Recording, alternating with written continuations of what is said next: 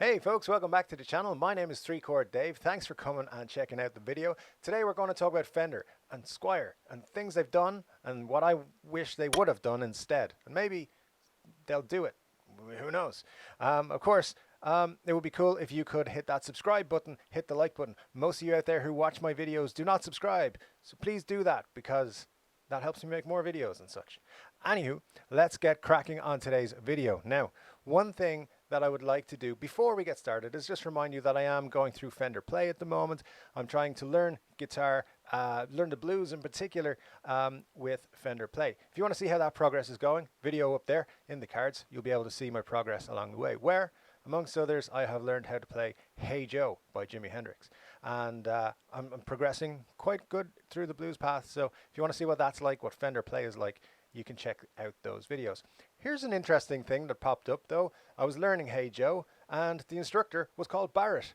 Here's what Barrett had to say. Great job. You just learned a stellar chord progression and some awesome riffs from one of the greatest guitar players of all time. Does it sound like to anyone else at the end of the lesson that Barrett is calling himself one of the greatest guitar players of all time? I mean, maybe he is. He's teaching people how to do it on Fender Play. So yeah, good job, Barrett. No, it's a really great lesson. I really do recommend it right now. So check that out. So let's jump straight into it and take a look at this. This is Fender Squier's new line called the Paranormal range. And as you can see, there's something almost for everybody. I mean, if you like Stratocasters, you're kind of boned, but that's fine. Because, you know, there's probably something coming very soon in the Stratocaster lineup that I don't know about yet.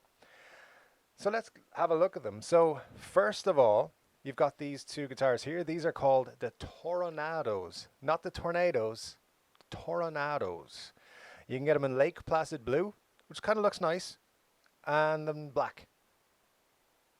Lake Placid blue and black. I mean, all right, fine. They must have extra black paint.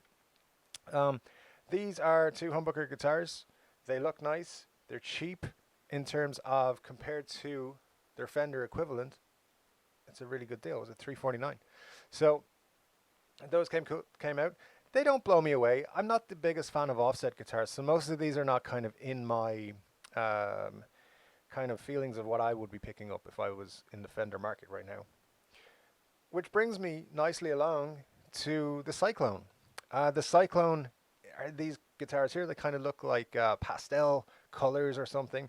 They look to me like Duosonics, but in fact they are called the Cyclone, and they come in this Daphne blue and the shell pink colors. They have a few different features and things. I'll be honest, this to me looks like the perfect beginner's guitar.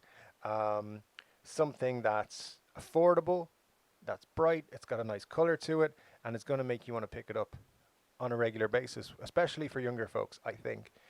But moving right along, we have the Supersonic, the Fender Squier Supersonic. Now, you might love this guitar. You might think, wow, that's cool, it's different, it's this or that. I think it looks shit. I think somebody designed a guitar, accidentally spilled some water on the page that they drew it on, and this is what happened. This makes no sense to me whatsoever. And that's the Supersonic. I don't know what to say, what else to say about it. Again, it comes in the blue, which this time they're calling the metallic blue, or blue metallic, and graphite metallic, because I guess they couldn't say gray or metallic gray. So graphite. Yeah, I mean, they don't float my boat at all. Like, everything else, I would pick up every other guitar in this lineup except for those ones. So, but you know, you might like them. The next coming along the line is probably slightly more interesting to a lot of us out there. I definitely feel like if I was going to pick up, well, the one I would pick up is the last one we're going to talk about, but the next one, the second choice for me, would be this. This is the Offset Telecaster. Now, the Offset Telecaster is interesting because it's kind of like, you know, I think they've done this before, and I know there's a Koa version, I think, floating around, actually a Fender model of this, which is a lot more expensive. It's basically a Telecaster with a different, slightly different body shape, an offset body shape. And it is not bad. It comes in natural and surf green. Is that the best choice of colors for a Telecaster? I mean, you very rarely see a Telecaster in surf green. Like, the natural color looks like kind of a Telecaster that's been molded or shaped slightly differently. But the surf green, I don't know. I mean, it would work better for me as a Stratocaster, not a Telecaster. So let me know what your thoughts are in the comments below, and then we'll move on as we will to the fifth guitar in the lineup, which is these Cabronita. Is it Cabronita? Yeah, Cabronita Telecasters. Now, there's three here pictured. Um, the red one, the white one, and the black one. And these ones are, so it's Fiesta Red, Olympic White, and black. Just plain old black. The black one is a baritone, and it has, they're Jazzmaster pickups, I think. And the others have, oh, they all have Jazzmaster pickups. But these are the coolest of the lineup, I think. These are the ones that I would pick up if I was in the market for a Telecaster right now. I kind of am in the market for a Telecaster right now, and this is what I wanted to talk about for today. But before we get into why these are not the Telecasters I want, I just wanted to say I actually think these are great guitars. It's a great lineup from Fender, from Squier, because there's something different and there's something cool. Now, recently I did a video about how there are so many fakes flooding the market. You can check that up in the cards up above here. That video will show you that the fakes are they're in a price range cheaper than these guitars, but to the naked eye, to the online viewer, they might look more appealing. They might look like, hey, these are going to be awesome. They're not. These Squiers are going to be really good guitars. Squiers in this price range tend to be really satisfying to play, really nice to play, really good guitars. So I'm expecting these to be pretty cool. But I have a bit of a problem with Fender. Now, I had heard rumors that they were announcing a new Squier lineup this week, or last week they announced it, but I'd heard rumors it was coming a few weeks ago. And I got excited. Oh, sorry. There's a bass as well in this lineup. I don't care. So check that out if you want to check it out. There it is. There's a picture of it. It's a bass. But as I heard that the rumors of the Squiers coming out, I was like, cool. Wouldn't it be awesome if they did a Squier Troublemaker Telecaster like these? Look at them.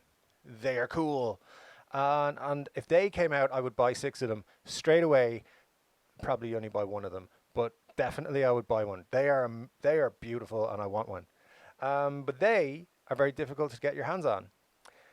Now, what's slightly more accessible is there's a made in Japan version of the Troublemaker Telecaster. It's coming up on the screen here. There's 3 variants. You get a black, a white, and a kind of a faded cherry. If we were in Gibson guitars, I presume they're just calling it red, but it's kind of a faded cherry. And that is the nearest, pretty much the only ones you can get right now on the market, in Europe at least. And they start around 1,200 and something euros.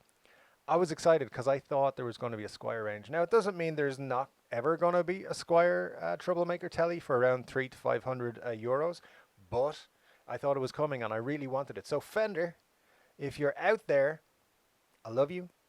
You're teaching me how to play the blues, which is fantastic. I'm very happy with that. But please bring out a Squier Troublemaker Telly. Why didn't you do it? What's wrong with you? And I have a feeling it's because they did a soft launch on the Troublemaker Tellys made in Japan. So maybe they're going to leave them run for a while, and then we'll see maybe next year at NAMM. We might see, if NAMM goes ahead, of course, we might see Troublemaker Tellys from the Squier lineup. Let's hope so.